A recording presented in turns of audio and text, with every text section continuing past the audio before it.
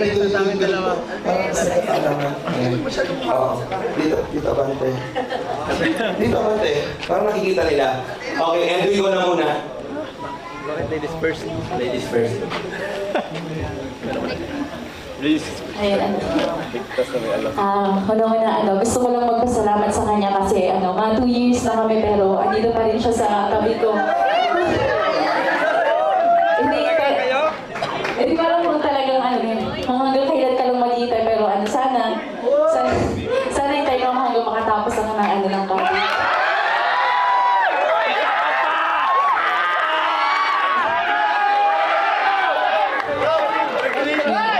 Ang message ko lang isa hindi man tayo nagkakasama palagi kasi busy rin ako.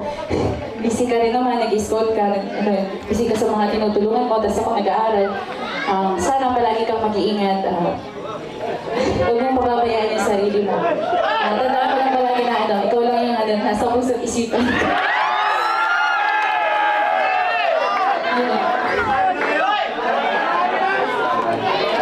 Panalo na.